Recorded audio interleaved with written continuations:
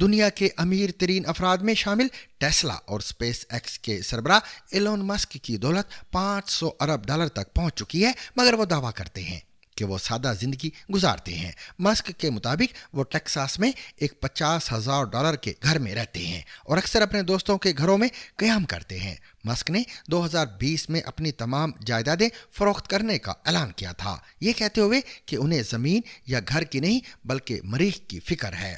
تاہم حال ہی میں انہوں نے اداکار جین وائلڈر کا سابق گھر دوبارہ خرید لیا ہے۔ پراپرٹی میں سادگی کے باوجود مسک کو نایاب گاڑیوں اور جہازوں کا شوق ہے۔ ان کے پاس Ford Model T, Jaguar E Type اور جیمز بانڈ کی 1976 کی آبدوز نما لوٹس کار شامل ہے۔